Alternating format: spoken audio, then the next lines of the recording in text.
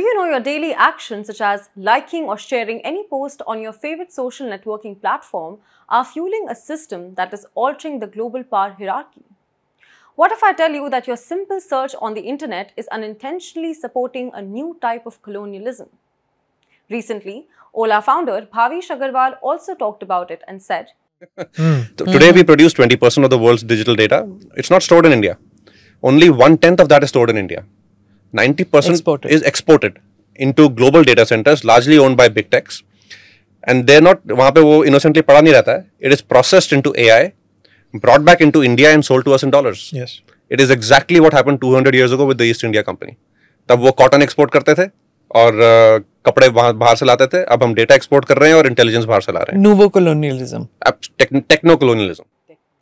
His words paint a stark picture of our digital reality, one that echoes the colonial past in unsettling ways. But what happens when our digital footprint becomes a gold mine for corporations headquartered thousands of miles away? And more importantly, are we unwittingly becoming digital colonies in this new world order? As we dive into the depths of techno-colonialism, prepare yourself to see the digital world through a new lens.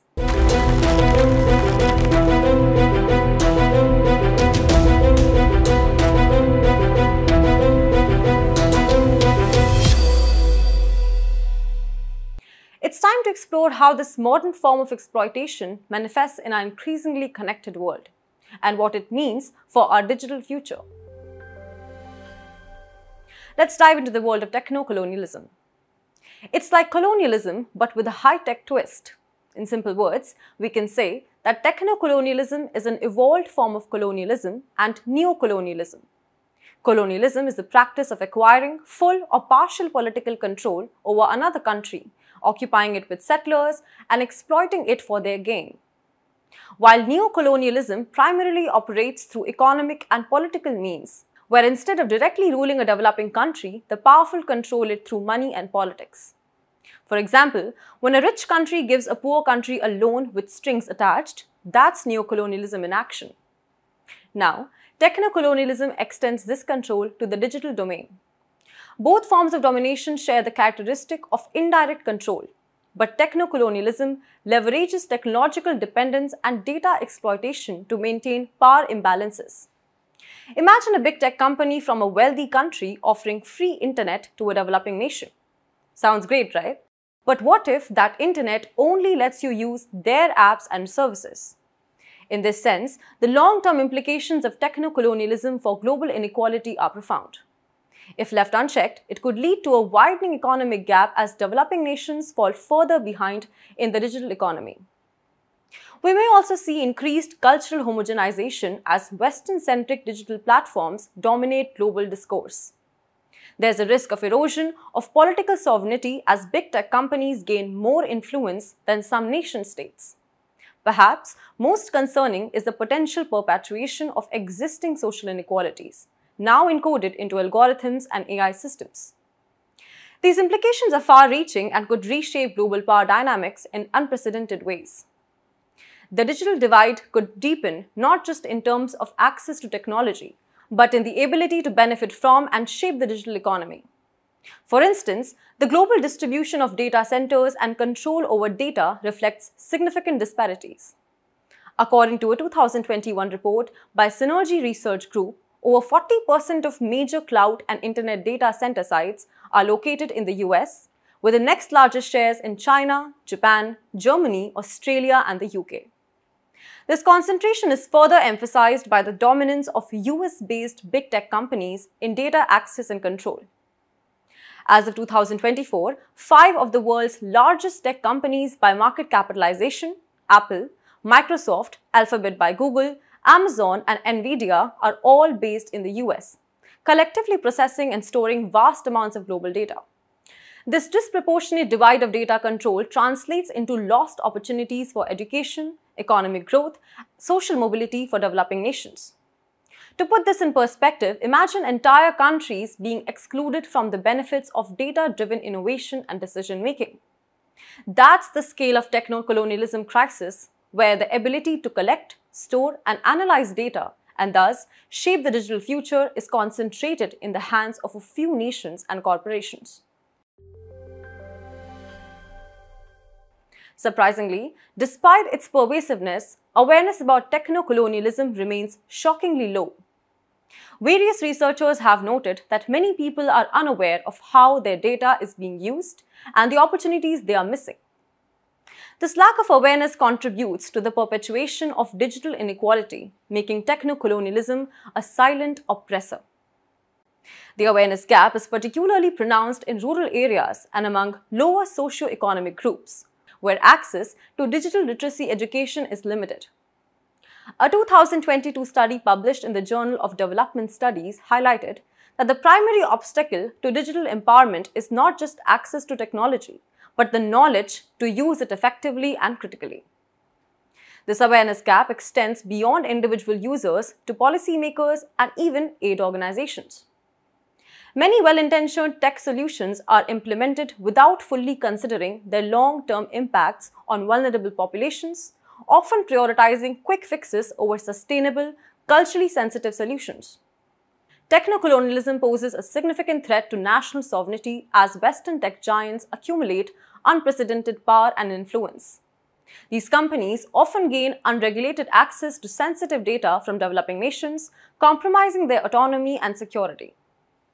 An example is the alleged backdoor in Microsoft Windows purportedly set up for the US-based intelligence agency, allowing foreign entities to potentially monitor, manipulate, or exploit a nation's digital infrastructure and communications.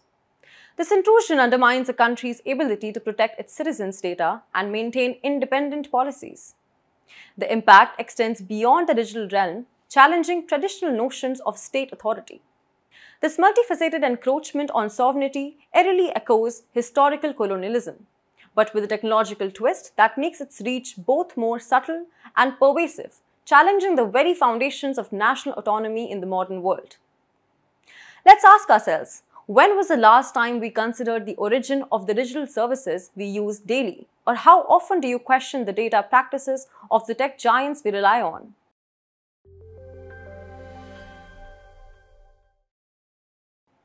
This also implies that regular digital literacy programs and critical thinking skills can empower people to navigate the digital world more effectively. Digital sovereignty, a concept gaining traction since 2010, has significantly reduced digital inequality in countries where it's actively pursued.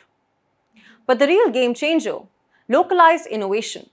Experts worldwide echo the need for developing countries to create their digital ecosystems. But in a world where big tech dominates, how do we foster local innovation and data sovereignty?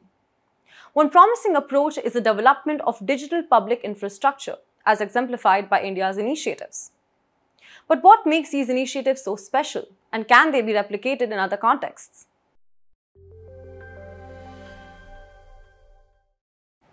India's digital public infrastructure marks a turning point in the fight against techno-colonialism. Developed indigenously, DPI represents a comprehensive approach to digital sovereignty encompassing various innovative platforms and policies.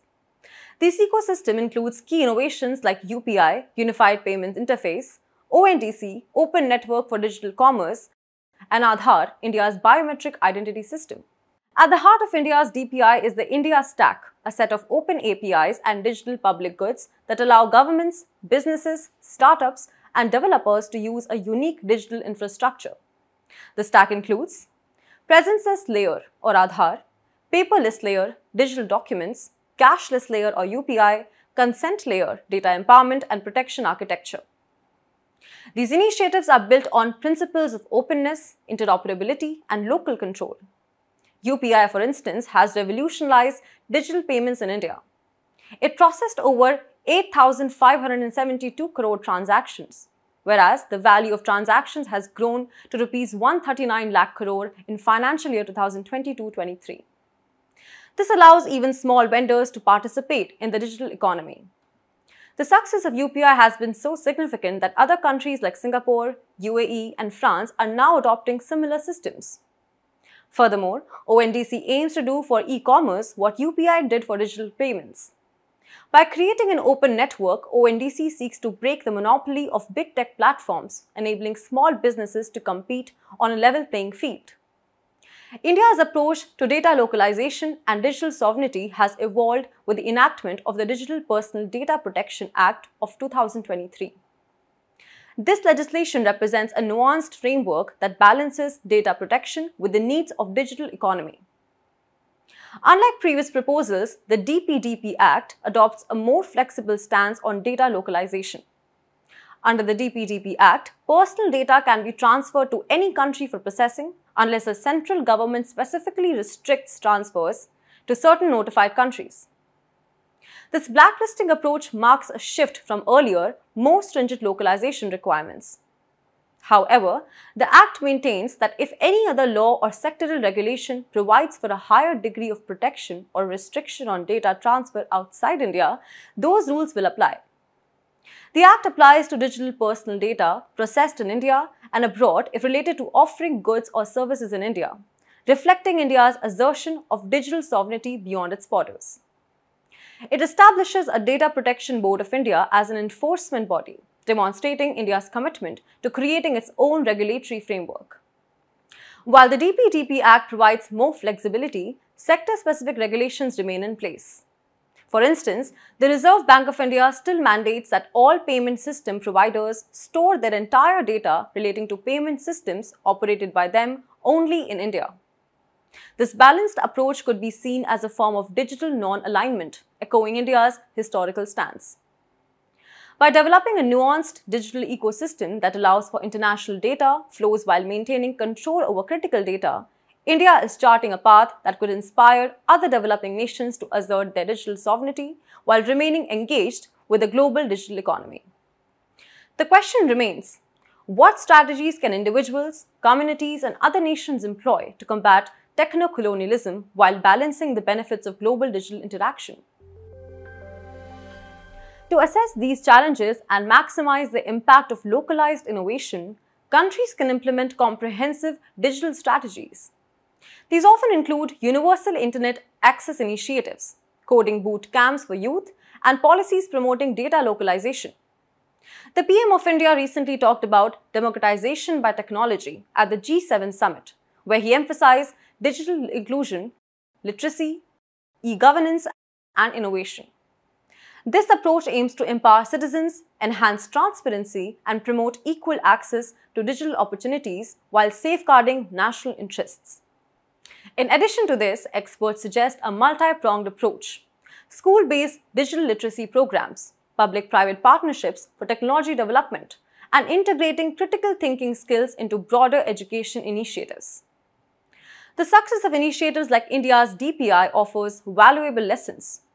Could we apply similar strategies like open source development and community engagement to other aspects of digital ecosystem as well? Perhaps the most powerful tool in the fight against techno-colonialism is us, the common people. Our level of awareness, choices, and actions can make a significant difference. By supporting local tech initiatives, being conscious of our data rights, and spreading digital literacy, we can contribute to a more equitable digital world. The development of localized digital innovations and the growing awareness of data rights mark a turning point in this battle. Remember, knowledge coupled with action is our most potent weapon. Together, we can create a future where technology empowers all nations equally, regardless of their geographical or socio-economic background. While the journey towards digital equity may be long, through awareness, action, and solidarity, we can shape a world where technology serves as a tool for empowerment rather than exploitation. By taking these steps, we can collectively work towards a digital landscape that benefits all of humanity, not just a privileged few.